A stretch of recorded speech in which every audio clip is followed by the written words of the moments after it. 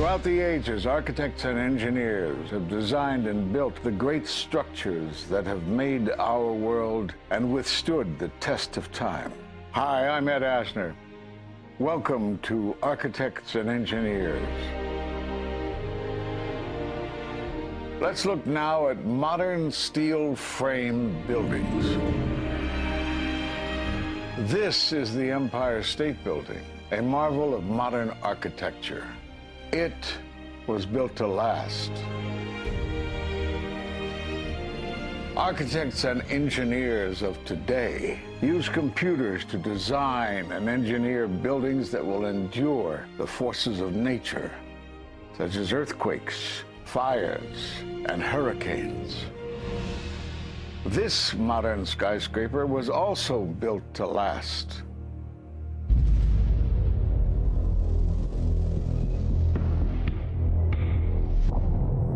We've seen buildings completely destroyed like this before, but only when done intentionally. Danny Jowenko is the expert on this in Europe. What did he say? Dit is controlled demolition. Zeker weten. Zeker weten. Er is nagesprongen. Dit is in opdracht gebeurd. Dit heeft een team gedaan van experts. Let's compare.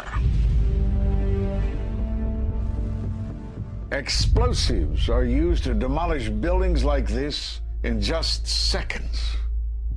Okay, so it's a controlled demolition. What's the problem with that? Well, it happened on the afternoon of 9/11 at the World Trade Center. Let's just think about this. Controlled demolitions cannot be engineered and rigged in a day. It takes months. And therefore, this event must have been planned in advance. You hear that? Keep your eye on that building as they're coming down. Buildings about to blow up. Moving back. We are walking back. There's a building about to blow up. Did they actually use the word brought down, and who was it that was telling you this? The fire department, and they did use the word, we're going to have to bring it down. And these people heard explosions. We heard this sound that sounded like a clap of thunder. It looked like there was a shock wave ripping through the building, and the windows all busted out. About a second later, the bottom floor caves out. The building followed after that. He takes his hand off, and you hear 3, 2, 1, and it was boom, boom, boom, boom, boom. And these reporters recognized it as a controlled demolition.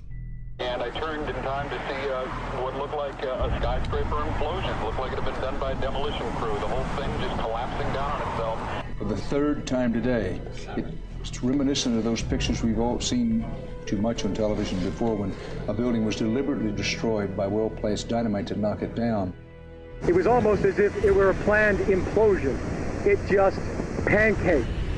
So what's the problem if this was a planned demolition? Well, we are told by government agencies that this building came down as a result of normal office fires. The National Institute of Standards and Technology produced their final report in 2008. World Trade Center 7 collapsed because of fires fueled by office furnishings. It did not collapse from explosives or from fuel oil fires. Well, what do you think brought down the building? And what caught my eye is more than 1,300 architects and engineers examine the evidence about Building 7's collapse and disagree with the official report issued by the National Institute of Standards and Technology.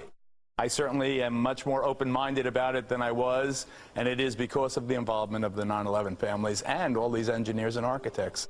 You are about to hear from architect of 23 years, Richard Gage, AIA, member of the American Institute of Architects and founder of Architects and Engineers for 9/11 Truth. Now there are more than 1,500 architects and engineers who say that it could not have been brought down by office fires. They are backed by 9/11 family members who are calling for an independent, unbiased investigation. I'm Richard Gage. Fires have never before caused the collapse of any skyscraper. even though there are numerous examples of much hotter, larger, and longer-lasting fires in these buildings. And in the case of Building 7, the fire that NIST said started the collapse had actually burned out over an hour before.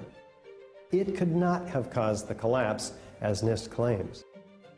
Yet this 47-story, modern steel-frame skyscraper, which was not hit by an airplane, collapses mostly into its own footprint like a house of cards, as fast as a bowling ball falling off the side of the building, in just under 7 seconds. Listen to the experts. Building number 7 descended in free fall for the first 100 feet, which means that there was absolutely no resistance to the descent whatsoever. NIST has admitted it went into free fall for 8 stories. And going from motionless to free fall instantly, that's a bothersome part of the puzzle because NIST never explained it. We've got a building that came down in its own footprint, so all of the columns really needed to be severed at the same time in order for that structure to fall the way that we saw. The symmetry is the smoking gun. The whole building completely comes down in one continuous motion. There couldn't have been any structural resistance. According to NIST, the failure occurred at column 79 on level 12. They're talking about a single columnar collapse or failure that resulted in a total collapse of the building. It is possible that you could have a local failure as a result of a connection failing. But the likelihood of that failure dragging the entire building in such a fashion that all the columns would fail at the same time is an impossibility. Impossibility? Yes. What I saw, it was a classic implosion. The center of the core, the penthouse area, starts to move first, and then the building follows along with it. I'd like to know why NIST excluded the document from FEMA in Appendix C that documented the evidence of melting steel. Why is this forensic evidence not being included in the report? In an office fire, you cannot generate enough heat to melt steel. And yet we have evidence of molten iron. R.J. Lee Company, USGS, and Dr. Stephen Jones's work, all three separately found these microspheres.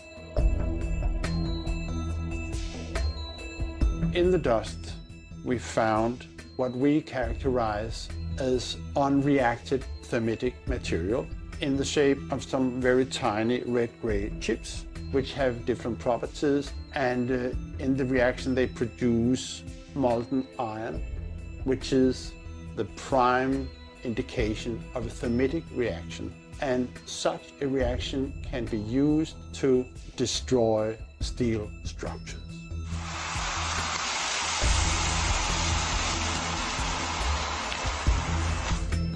What we have found is a modern version of thermite, which we call nanothermite. There were these iron microspheres present in all of the dust samples that needed to have been formed in extremely high temperatures. I've independently seen thermitic activity within 2 separate independent samples of World Trade Center dust. My contention, based on finding thermite residue in the dust, is that it happened before. It didn't happen after in the fires that ensued in the rubble pile afterwards. All the characteristics of the microspheres tell me that thermite was involved in melting those steel beams. So thermite, if it was present at the World Trade Center and created this molten metal that so many witnesses and photographic evidence shows, would also explain the fact that the fires could not be put out at Ground Zero. The only thing that is consistent with all of the evidence that we have that could cause such a thing is the use of thermite to cut through the steel. You'd get down below and you'd see molten steel running down the channel rails, like you're in a foundry. Yeah, like lava. Like it was lava from a volcano. Well, the manual gets into thermite, and if it says if you have melted steel or concrete, which we had on 9/11. We should test for it. This fused element of steel, molten steel and concrete and all of these things all fused by the heat into one single element. We're asking for an investigation that follows national standards. There's no excuse to not test for this. If terrorists used explosives in '93, why didn't we test for them? If all these witnesses heard explosions, why aren't we testing for them? NIST concedes that they found no evidence for explosives. So then we asked them, well, did you look? And they said, no, we did not look for explosives or residues of explosives. So the preconceived notion of NIST is that there's no evidence for explosives, and so there's no point in looking. That is the most unscientific thing that you can possibly think of, not to look because you don't expect to find evidence, and in fact the evidence is overwhelming. They state these conclusions for which there's virtually no evidence, and then they ignore conclusions that can be drawn from the evidence. The Freedom of Information Act request to NIST was denied with the claim that releasing this data might jeopardize public safety. How could it possibly jeopardize public safety? The destruction of evidence was a criminal act in itself. It was already being carted away and destroyed when the FEMA investigators got there about a month after September 11th. You can't do science when you are deprived of the evidence and when your hypothesis is the least valid instead of the most likely. When the most likely hypothesis in the case of Building 7 wasn't even mentioned. This is not science. The scientific forensic evidence, ignored by NIST, but carefully reviewed by teams of technical professionals, corroborates the hypothesis of explosive controlled demolition. We've traveled to 21 foreign countries and 32 American cities, bringing this evidence to the attention of the public. And we're backed by 9/11 family members and other concerned citizens who are calling for an independent, unbiased investigation. I'm a family member trying to find out the answers to the murder of 3,000 plus people. The bottom line is that it needs to be investigated properly. Please look at architects and engineers. People all around the world, scientists all around the world are questioning this. And there's some deep, deep explaining to do. It took some kind of consciousness raising on my part before I was willing to look at the possibilities. And really, you need to go where the evidence leads.